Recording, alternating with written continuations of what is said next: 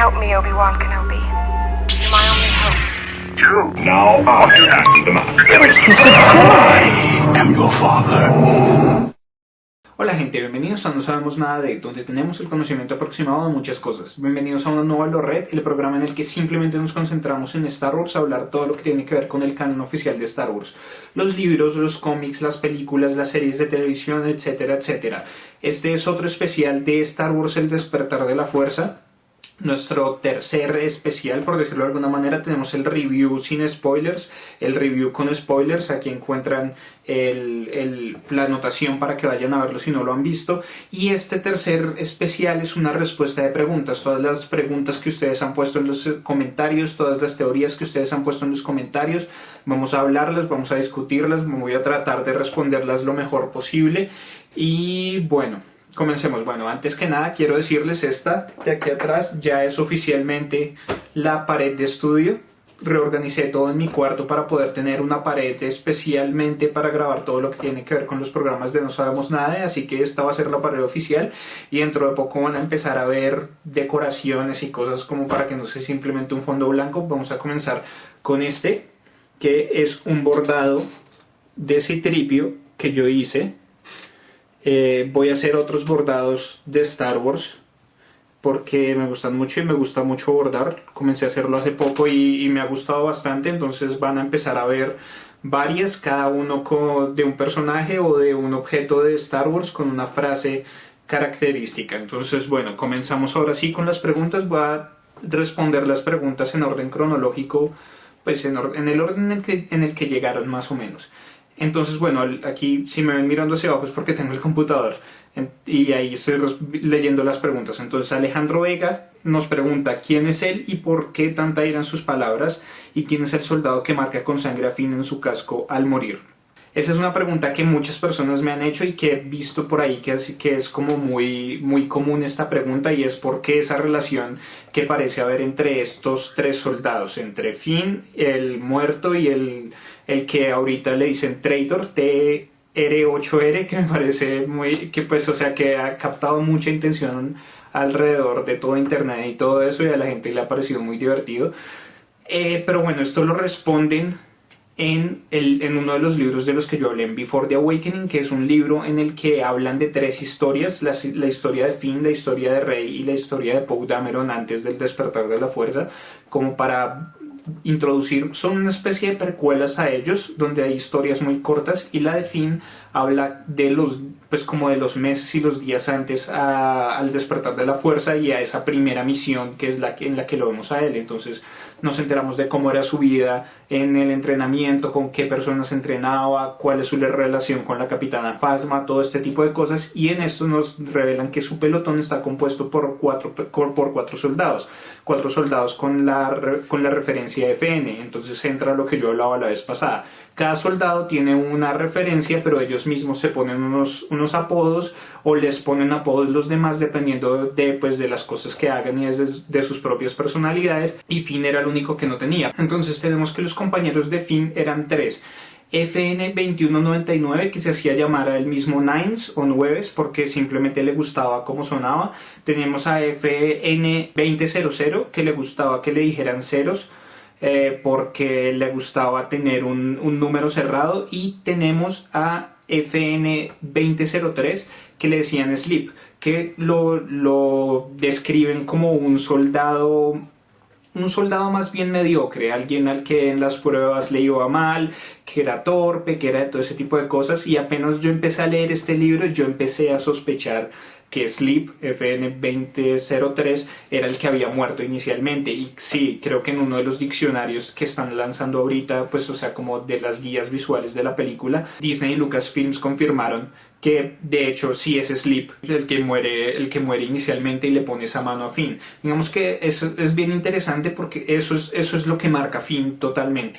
Porque, bueno, Finn, como ya lo había dicho, dentro de todas las proyecciones estaba proyectado para ser uno de los mejores Stormtroopers de la historia. Le iba muy bien en todas sus pruebas, siempre estaba en el 1% de los mejores en los resultados de todas las pruebas, y era el líder de su escuadrón, era el líder de ellos cuatro. Entonces en el libro comienzan con ellos en una misión, en un entrenamiento, una simulación de entrenamiento en la que todos están bastante bien, pero Sleep está detrás y Sleep tiene peligro de que lo maten dentro de la simulación, pero Finn, ahí es cuando nos empiezan a mostrar que Finn era totalmente diferente a todos los otros soldados y que tenía dudas desde hace mucho tiempo. Entonces Finn tiene como un sentimiento de amistad hacia él lo considera un amigo y él en medio de la simulación hace cosas para poder salvarlo y le dice que él es uno de ellos. Luego la capitana Phasma lo reprende porque dice que ningún soldado es más importante, que la misión es lo más importante, que ellos no deben sacrificar nada por ningún otro soldado, sea del mismo pelotón, sea de cualquier pelotón, y Finn insiste en que igual él tenía que salvarlo porque era uno de ellos. Entonces después de eso pasan varias cosas, pero sí, o sea, está presente desde el comienzo como esa relación y esos sentimientos de Finn hacia sus otros compañeros, en especial Sleep, como ese sentimiento de tener que protegerlo, de tener que ayudarlo, de hacer que de pronto él pueda ser un mejor soldado mediante su ayuda y mediante su guía. Y este es el soldado que matan al comienzo, es el soldado que le pone la mano y le deja la sangre en el casco a Finn, entonces eso a él lo marca bastante. Más adelante nos encontramos con Traitor. Desde que leí el libro, porque lo leí después de la película, yo estuve casi seguro de que tenía que ser o nines o ceros, porque era un tono demasiado personal en el que le decía traidor y además lo reconocía. Sí, puede que hayan puesto su imagen y les hubieran dicho como este fue el traidor, este está con ellos, este no sé qué, pero en general todos los Stormtroopers son como demasiado disciplinados, entonces simplemente hubiera como peleado con él y ya, pero lo primero que hizo fue ponerse furioso y decirle traidor. Entonces yo supuse que era uno de ellos dos, pero estaba mucho más inclinado a pensar que era Nines por una de las secuencias que hay en el libro, que es una secuencia de entrenamiento que ellos tienen y les empiezan a enseñar a utilizar diferentes armas. Entonces yo estoy casi seguro de que fue uno, o sea, de que era uno de los dos, pero estaba casi seguro de que era Nines. Y en los últimos días Lucasfilms y Disney sacaron un comunicado en el que dijeron que efectivamente era Nines y que pertenecía al pelotón de Finn. Entonces digamos que esas relaciones me parecen bien interesantes. Seguimos con Pablo Acero, que dice: nuevas preguntas sobre la profecía de la fuerza. ¿Qué piensas? ¿Que es algo que no debería volver a mencionarse en estas nuevas películas? ¿Sientes que se cumplió? Menos de 30 años de equilibrio en la fuerza me parece un poco banal. Para mí el elegido dudosamente fue Anakin, dudosamente es Luke, y aún Luke no ha cumplido la profecía. Rey es la elegida. Bueno, lo de la profecía es algo bastante interesante y... bueno, sí, Qui-Gon Jinn al comienzo dice Anakin es el elegido, él es el que va a traer el equilibrio de la fuerza, y muchas personas piensan que después de él pasarse al lado oscuro y volverse a Darth Vader, pues la profecía pasaba a Luke y que Luke después fue el elegido y que fue él el que trajo el equilibrio a la fuerza, pero en realidad Luke es un Jedi bastante pasivo. Luke es un pacifista en medio de todo y la respuesta de Luke siempre ha sido no pelear. Cuando estaba con el emperador, bota su sable de luz y dice no voy a pelear. Y yo la verdad considero que es más por semántica y toda esa cosa que por sentido total. Yo creo que igual Anakin era el elegido, porque a final de cuentas Darth Vader vuelve al lado de la luz momentáneamente, vuelve a ser Anakin Skywalker. Lo vemos que volvió al lado de la luz porque luego se aparece como un fantasma de la fuerza, pero él al final fue el que mató al emperador y destruyó el lado oscuro. Entonces me parece que Anakin era, o sea, en medio de todo la profecía sí hablaba de Anakin obviamente, y él fue el que trajo el equilibrio a la fuerza, por decirlo de alguna manera, pero igual me parece que sí, que en este momento la profecía, siendo algo que fue introducido en la trilogía de las precuelas, es algo que en medio de todo está dejándose mucho de lado. Pues porque yo hablaba hace muchos videos de eso un poco, y es que yo creía que ellos van, o sea, no se trata de borrar lo que pasó en las precuelas, pero sí se trata un poco de olvidarse de qué pasó. Entonces como que no van a hacer referencia ni a la profecía, ni a las midichlorias, ni a ninguno de ese tipo de cosas que se introdujeron en eso, que igual son parte del canon, son parte oficial, son parte de la historia y son contenido original, pero pues me parece que no van a hacer ninguna referencia a eso, y que la profecía pues de pronto hagan una mención rápida o algo así, pero que no va a volver a jugar el papel central que jugaba en la trilogía original, porque igual es un elemento del que no se habló en la trilogía original, perdón, hablo ahorita de las precuelas, hablo de los originales, estoy haciéndome bola, bueno. Pero no sé, me parece que en ese sentido hay como que olvidarse al respecto. Me parece que igual siempre tiene que el equilibrio nunca puede estar establecido, porque si no, no habría películas. Entonces, en ese sentido, pues nos conviene a nosotros que se haya cumplido la profecía y que luego se haya roto otra vez, o que no se haya cumplido. Nos conviene a nosotros porque en ese sentido eso es lo que nos permite que avance la historia, que haya más historias nuevas, que siempre esté el conflicto, que es básicamente lo que es como el motor de vida de Star Wars, y es ese conflicto entre el lado oscuro y el lado luminoso de la fuerza. Caldebrón CES es un canal en el que ellos hacen como sketch de comedias y diferentes cosas, y hace poco hicieron una mención aquí a la Red, se los agradezco muchísimo.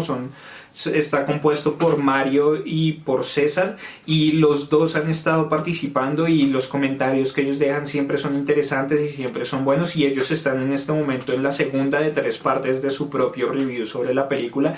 De verdad se los recomiendo, les recomiendo que vayan. No lo digo solamente porque ellos hayan hecho una mención a este canal, sino porque además ellos tocan temas que yo no toqué en mi review. Ellos hablan muy por partes de todo lo que tiene que ver con la película. Entonces hablan de la dirección, el arte, los efectos especiales, los personajes antiguos, los personajes nuevos, las actuaciones. Entonces es un review que es mucho más meticuloso que el mío. Entonces es muy interesante, y además ellos tienen la ventaja de que ellos son dos. Entonces el review de ellos tiene una dinámica muy diferente al que yo hice, porque ellos, al estar los dos, pueden conversar. Entonces es una conversación que se torna bastante interesante, y se nota que los dos tienen mucha pasión por el tema y tienen mucha pasión por Star Wars. Entonces de verdad les recomiendo que vayan. Pero entonces, en medio de su comentario, ellos dicen: sería interesante saber más sobre los cameos de famosos y la gran cantidad de fanservice que hay a lo largo de la película. Entonces sí, obviamente, como yo hablaba en mi review original, hay mucho de episodio 4 en esta. Y no solamente de episodio 4, sino en general de todo lo que tiene que ver con la trilogía original. Digamos que hace muy poco George Lucas salió a criticar que la película tenía un estilo retro, George Lucas... Es como ciertos políticos de mi país, deberían de verdad ya retirarse y quedarse callados, pero bueno. No hablando de eso, digamos que sí, obviamente hay muchas referencias, lo que yo hablaba. BB-8 como la contraparte de R2-D2, el Starkiller Base como la nueva estrella de la muerte, cuando Rey jala con la fuerza el sable de luz, también como referencia a cuando Luke lo hace en episodio 5, cuando nos recuerda mucho a la escena de estos droides no son los que están buscando cuando Rey controla al Stormtrooper. Como que hay muchas cosas de ese tipo que son como referencias y como guiños a lo que tenía que ver con la trilogía original. Pero bueno, en esta película, digamos que hay algo que yo también mencionaba, y era que los actores principales generalmente se busca que sean actores que no sean tan reconocidos.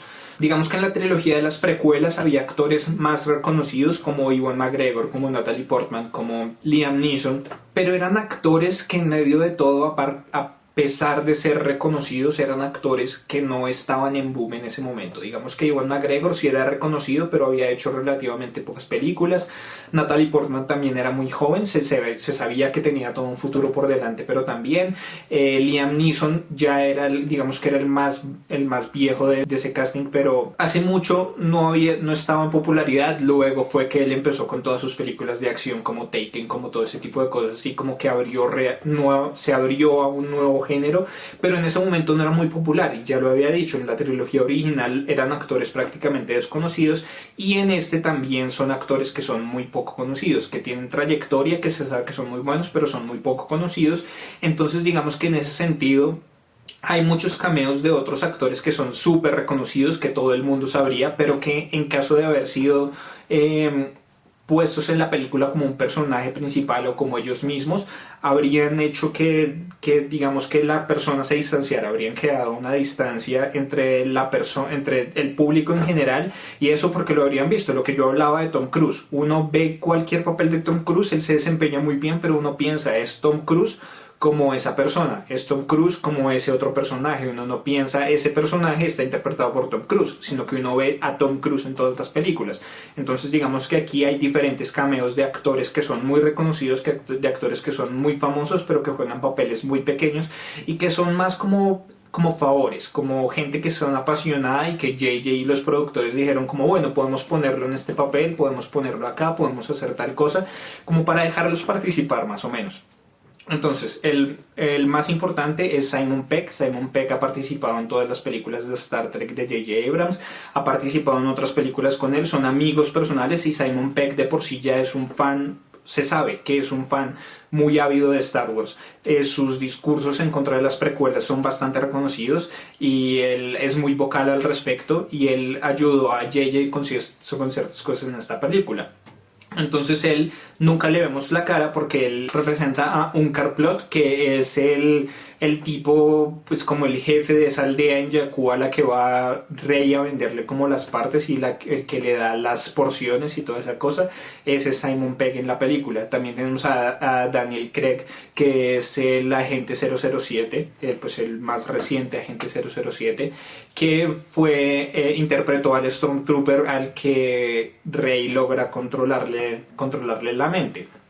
Tenemos también pues digamos que así que valga la pena mencionar, ya lo había mencionado, Ewan McGregor vuelve como Obi-Wan Kenobi simplemente como la voz para la parte de las visiones de Rey. Ahí utilizaron como diferentes voces, las de Frank Oz como Yoda, está la de Alec Guinness, que es el Obi-Wan de las trilogías originales, y le hacen una mezcla con la de Ewan McGregor para que aparezcan ciertas frases en esto, pero él no apareció físicamente. Tenemos también que la hija de Carrie Fisher hace una aparición, es una de las que está en la sala de comando de la rebelión, incluso aún para mostrar más que es la hija de Carrie Fisher le dieron el peinado clásico de la princesa Leia con los Cinnabons por acá. Y bueno, tenemos otro montón de actores que en realidad me parece que no vale la pena mencionar, pues o sea, porque sí no son tan reconocidos, pero entonces digamos que tenemos otra gente que ha aparecido en Game of Thrones, tenemos otras personas que han aparecido en otras cosas, en otras producciones de J.J. Abrams, tenemos a algunos de los actores de la película de Raid como la tripulación de Kanji Club y bueno, todo ese tipo de cosas. Entonces hay muchos cameos, pero pues, como digo, mencioné solamente los que me parecen más interesantes. De nuevo, gracias a los de Caldebronces por su mención, por todos los comentarios que hicieron con respecto a Holo Red, y espero poder trabajar con ellos en el futuro. Me parece que podría ser interesante poder hacer un programa en el que yo los invite a ellos o aparecer yo en un programa de ellos, me parecería bien interesante.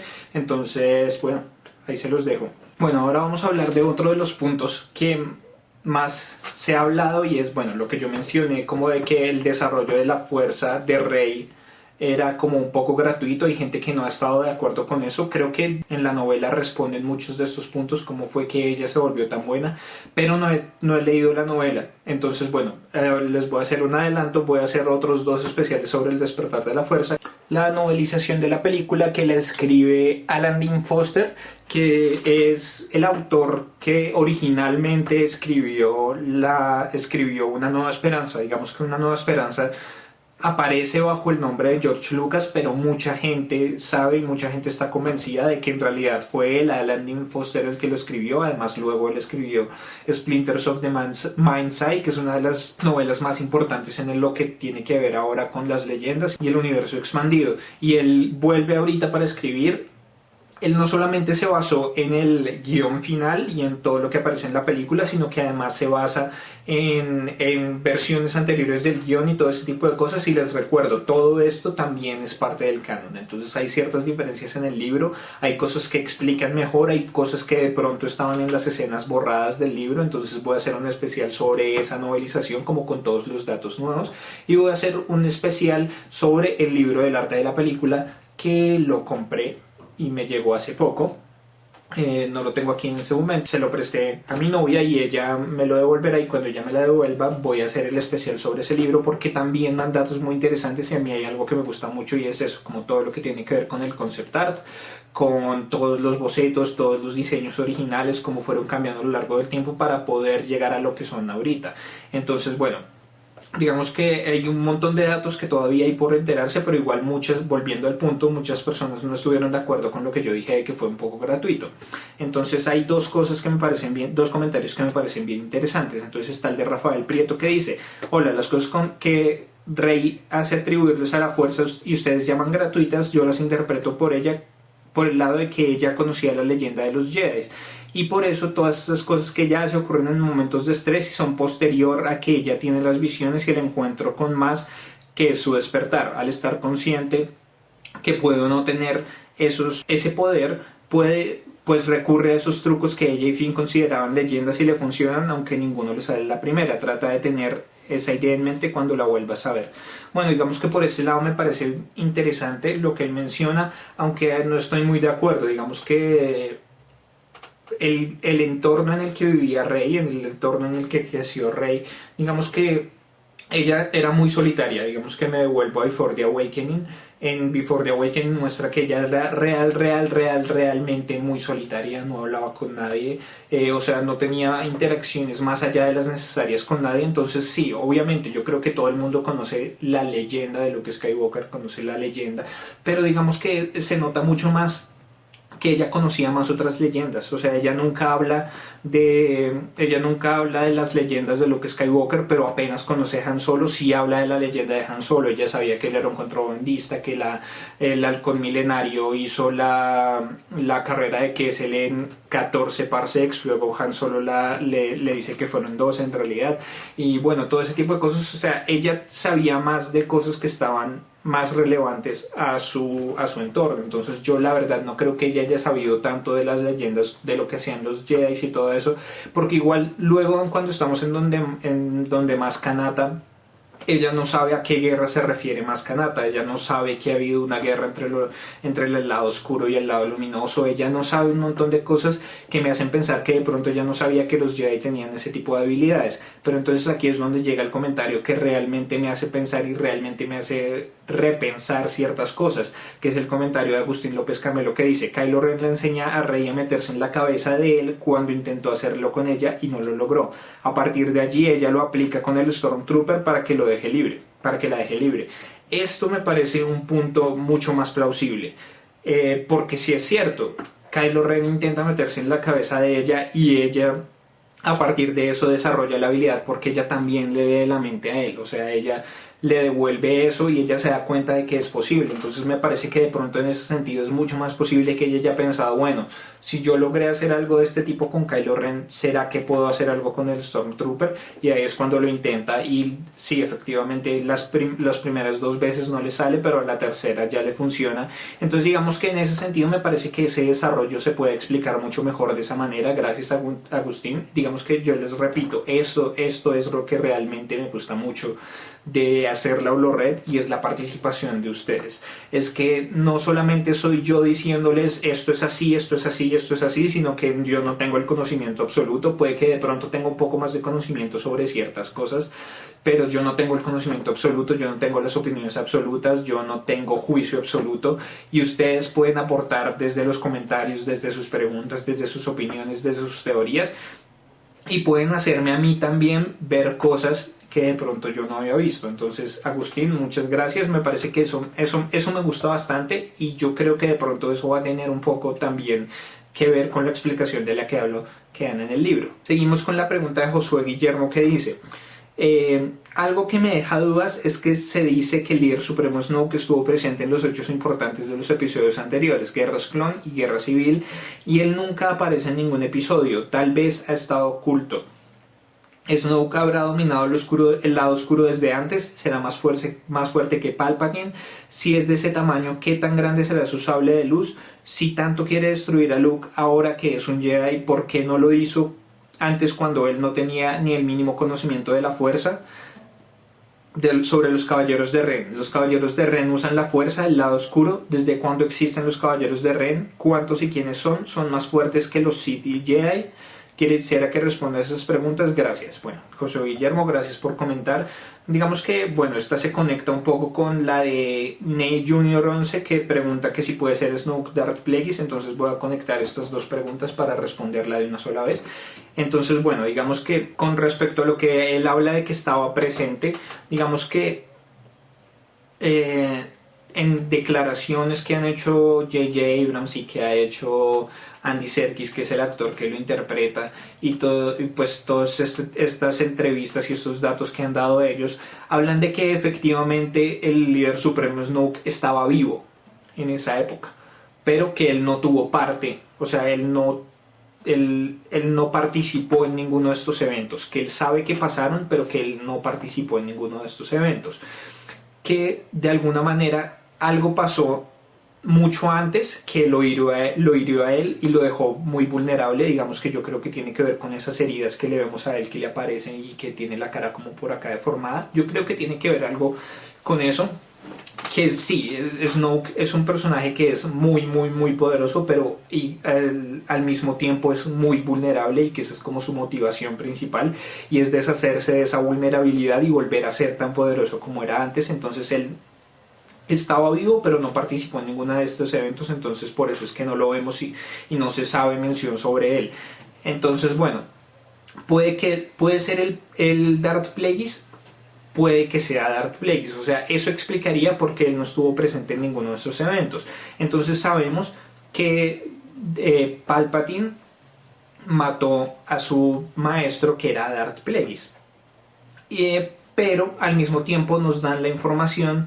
Yo no me acuerdo si en las películas lo mencionan, pero en uno de los libros, en Lords of the Sith, mencionan que la obsesión de Darth Plagueis era la obsesión por controlar la vida, controlar la muerte y llegar en últimas a la inmortalidad. Entonces, si apoyamos la teoría de que él es Darth Plagueis, podríamos decir que Palpatine, Darth Sidious, lo mató, lo hirió, lo dejó muy paila, y pues se volvió él el maestro, y luego tomó a Darth Vader como aprendiz, pues finalmente con otros aprendices intermedios. Y Darth Plagueis, al tener la habilidad de adentrarse en el lado oscuro de la fuerza y controlar la vida, controlar la muerte y controlar la inmortalidad, mucho tiempo después volvió, pero era muy débil, y hasta ahora es que está volviendo a recuperar su poder, y por eso es que él toma el control de la Primera Orden. Digamos que sea Darth Plagueis o no sea Darth Plagueis, lo que sabemos con total seguridad es que él era demasiado vulnerable como para tomar acción en cualquiera de las cosas que pasaron en la Guerra de los Clones o en la Guerra Civil o en todo este tipo de cosas. Entonces fue por eso que yo creo que él no pudo, o sea, lo que dice Josué Guillermo de que él quiere destruir a Luke Skywalker, pues o sea, él era tan vulnerable y de pronto estaba en un lugar tan malo, estaba como en una situación tan mala, que aún si hubiera querido en ese momento destruir a Luke, no hubiera podido hacerlo. Luego fue empezando como a ganar poder, y pues la oportunidad que vio fue seducir a Kylo Ren al lado oscuro, y de ahí, bueno, pues lo que en medio sabemos que ha pasado en este momento. Lo de los Caballeros de Ren. Los Caballeros de Ren, obviamente, me parece a mí que utilizan el lado oscuro de la fuerza. No sé cuántos son, no estoy seguro. He visto unas imágenes en las que muestran como a 7 u 8, pero no estoy seguro cuántos serán los Caballeros de Ren. Kylo Ren es su líder. ¿Desde cuándo existen los Caballeros de Ren?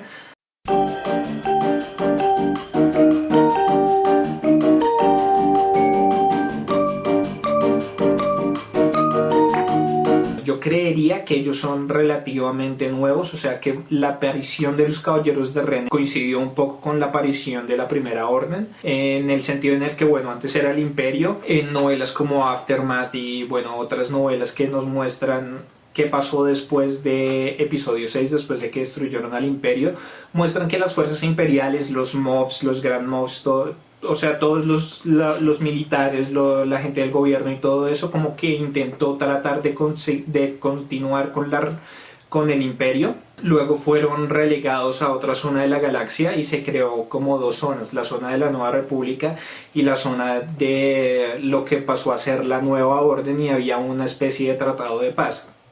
Que la guerra que estamos viendo en este momento es eso, es la ruptura del tratado de paz entre esos dos.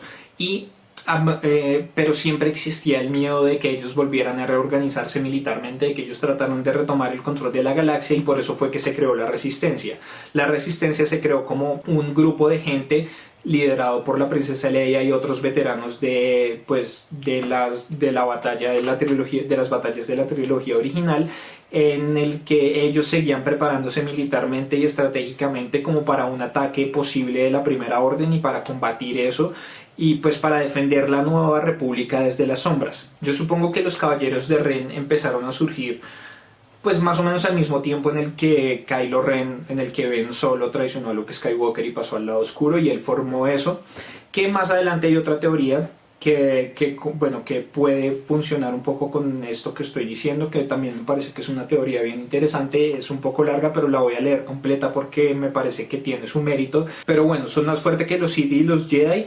Digamos que esa es mi pregunta principal. No sé si ellos sean Sith, o sea, no sé ni siquiera si el líder supremo Snoke sea un Sith, porque ha habido muestras de otras organizaciones, aparte de los Jedi y aparte de los Sith, de gente que son sensibles a la fuerza y de que utilizan la fuerza. Tenemos a la organización a la que pertenecía Sash Ventress, que son, creo que se llaman las Hermanas de la Luna, que no eran ni Jedi, pero tampoco eran Sith, pero aún así utilizaban el lado oscuro de la fuerza. Entonces no sé si de pronto Snoke era un usuario aparte. Entonces los caballeros de Ren no serían necesariamente Sith, sino que serían sí usuarios del lado oscuro de la fuerza, pero podrían no entrar dentro de ninguna categoría, sino ser como las Hermanas de la Luna, los Caballeros de Ren, y punto. Entonces, bueno, aquí está la teoría de Alex Ramírez. Bueno, voy a hablar, antes de hablar de la teoría de Alex Ramírez, voy a hablar de otro comentario que él dice, en el que él dice: había que acabar con el universo expandido por el simple hecho de que ya sabríamos qué pasa antes de ir a ver las pelis, y eso no puede ser. Ahí me parece que hay algo que en lo que él tiene razón, y hay otro aspecto de eso en el que él no tiene razón. Entonces luego la gente de Soda Opera, yo supongo que fue Jaime Gallo, escribió que eso no tenía mucho sentido porque entonces ninguna adaptación se haría.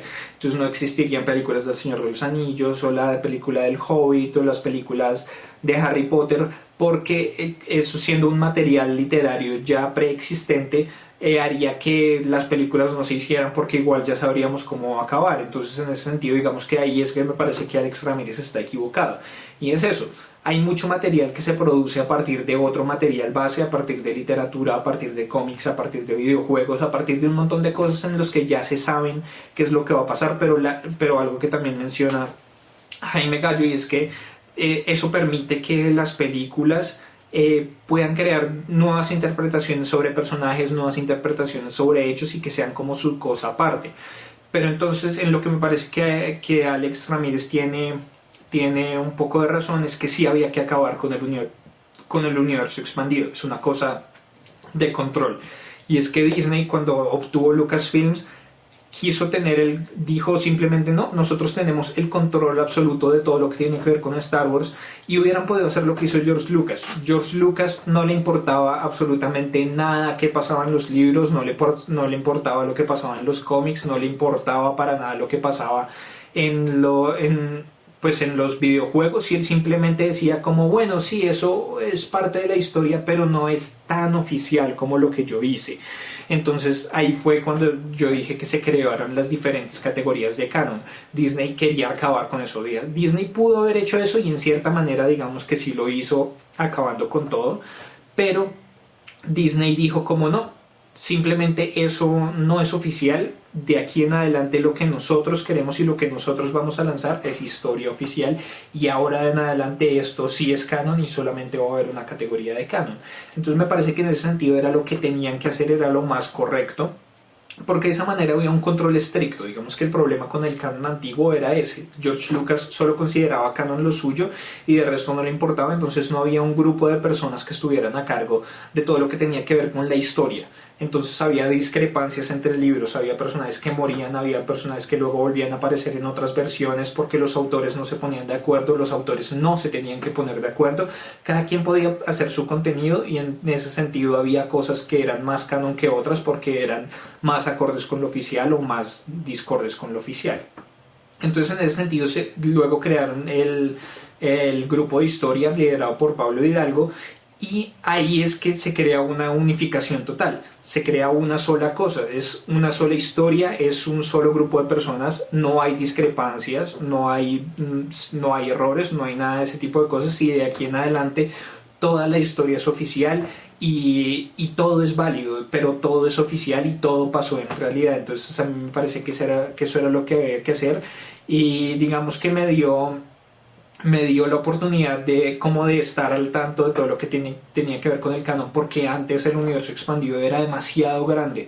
Digamos que no lo estoy descartando, no digo que no vayamos a hablar de él porque hay cosas realmente muy interesantes, pero en la Red vamos a hablar solamente de lo que es canon. Entonces hablamos de 2014 para acá, que fue cuando se reinició el canon.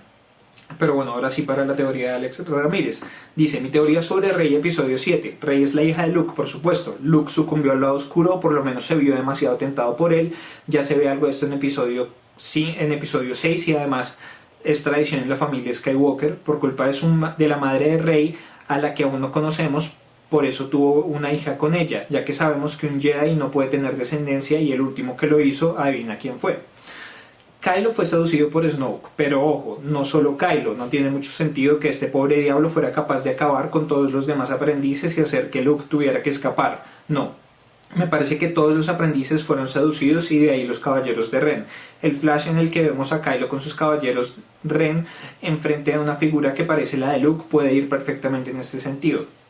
Luke está exiliado solo en esa isla, o eso parece, por lo que si la teoría es cierta, la madre de Rey está muerta o en otro lugar. Pensarlo por un momento. ¿Qué puede hacer que el todopoderoso Luke Skywalker se exilie durante un porrón de años y se desentienda de que el lado oscuro y la primera orden campen a sus anchas? Pues lo veo clarísimo, la familia. Un conflicto familiar que le haga dudar sobre su papel en el orden de la galaxia. ¿Por qué iba Luke a dejar a su hija en Jakku y borrarle la memoria? Para protegerla. Tú no quieres proteger a tu hija alejándote de ti si eres el Jedi más poderoso de la galaxia. No tiene sentido. Creo que es la madre de Rey quien la abandonó allí. Eso explicaría el exilio de Luke abandonado por su mujer y su hija y por haber visto a Ben Solo pasarse al lado oscuro. Esto nos lleva a la otra pregunta. ¿Por qué la madre de Rey la deja allí y después se vuelve a ir? ¿Por qué le borra la memoria?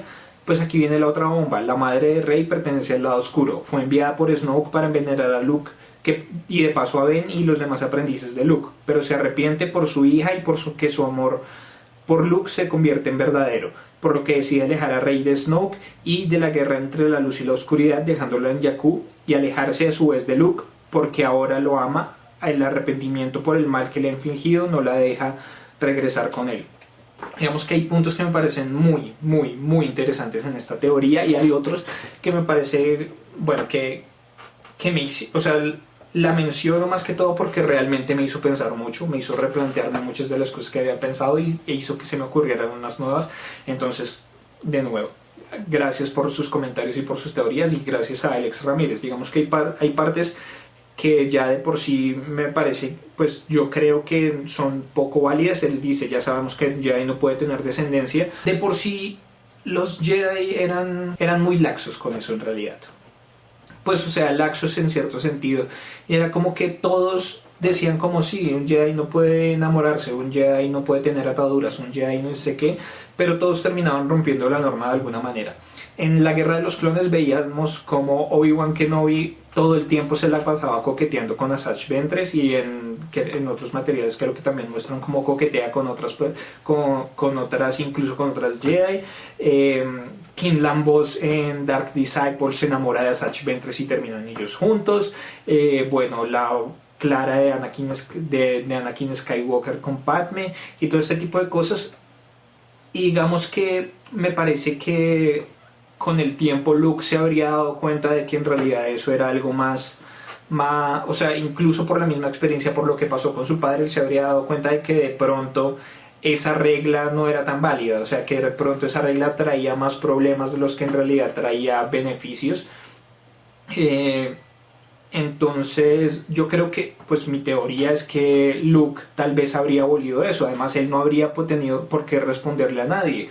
Él era, dentro de lo que sabemos, el único Jedi en toda la galaxia. Él podría recrear la orden tal y como se le antojara. Si estaba enamorado, porque además hemos visto que Luke, uno, estaba muy atraído hacia Leia, y en otros materiales, en la herencia del Jedi, vemos cómo él está atraído hacia otra mujer, y yo creo que eso continúa. O sea, yo creo que él hubiera podido abolir esa regla, y él hubiera podido crear la orden de los Jedi tal y como le parecía mejor, como tomando lo mejor y descartando ciertas cosas que le parecían que no funcionaban tanto de las reglas antiguas. Pero bueno, digamos que lo que digo, que yo replanteo mi teoría. A mí me parece que de pronto no es la madre de Luke, la madre de Rey, la que la deja en Jakku. O sea, yo creería que de pronto Luke está exiliado en su contra. Digamos que hay un concept art muy interesante que luego en el video el review del libro los voy a mostrar, en el que era un concepto con el que estaban jugando inicialmente. Entonces hay varios conceptos sobre ese tema, y es Luke en medio de la arena, Luke sin poderes, Luke resignado totalmente, arrodillado mientras la arena le cae, mientras la arena lo cubre a lo largo de los años. Y es un Luke prisionero.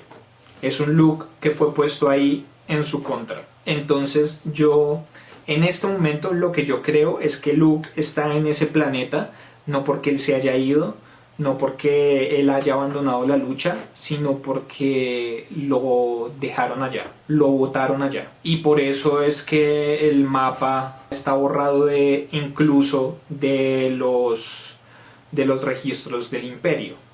Porque ¿qué sentido hay en que el mapa esté borrado o sea, que esa parte del mapa esté borrada de los registros del Imperio, si el Imperio no tenía ni idea de que Luke se iba a ir para allá? Alguien votó a Luke ahí y borró los registros, y por eso Snoke y por eso Kylo Ren, y nadie sabe. De pronto la madre, o sea, de pronto la esposa de Luke, si era del lado oscuro, de pronto sí venía de eso, quién sabe. De pronto ella fue la que hizo todo eso. Pero yo creo que lo de Rey en Jakku es algo más parecido a lo que pasó con Blancanieves. Y era que cuando la reina malvada trató de matar a Blancanieves, le dijo al cazador: ve, mata a Blancanieves, tráeme su corazón. Pero el cazador no fue capaz. El cazador la dejó en medio del bosque. Después ella encontró a los enanos, pero la dejó botada en medio del bosque, y fue y le llevó el corazón de otro animal a la reina. Entonces yo creo que pudo haber sido algo así. Pudo haber sido alguien que, por orden de Snoke, o por asumiendo que ella es familia de Luke, les dijo: vayan y déjenla, mátela. Y no fueron capaces, y lo que hicieron fue dejarla en Jakku, en un lugar en el que nadie iba a buscarla. Le borraron la memoria. Han revelado que Rey no se llama Rey. Rey es el nombre que ella misma se puso. Y bueno, digamos que hay muchas cosas que todavía estoy replanteándome, que todavía estoy pensando. Hay muchas teorías, hay muchas cosas, pero pues me parece que eso fue como lo más relevante. No sé, en este momento no sé cuánto se habrá demorado el video, no sé si está largo o si está corto, pero espero haber respondido sus preguntas, espero que siga habiendo una discusión sobre las respuestas que di, sobre las teorías que ustedes mismos han dado, que sigan dándome teorías, que siga habiendo una discusión, porque es bastante interesante. Lo que digo siempre, si se quedaron hasta acá es porque vieron el video completo, entonces se los agradezco totalmente. Por favor, ya casi llegamos a los primeros 100 suscriptores en el canal, lo que me parece increíble. Siempre me ha parecido increíble que haya como tanta gente. Pues comparado con otros canales esto es insignificante, pero para mí es muy significativo que haya más de 90 personas que quieran ver el programa. Entonces, por favor, compártanlo, comenten, denle like, pásenselo a sus amigos, pásenselo a todo el mundo, para que sigamos creciendo, porque vienen muchas cosas nuevas para No Sabemos Nada de este año, no solamente la Holo-Red, sino otros programas de otros temas. Entonces, por favor, quédense con nosotros y compártanlo, y nos vemos en una próxima oportunidad. Hasta luego. Help me, Obi-Wan Kenobi. You're my only hope. You now are Arjuna the Master. I am your father.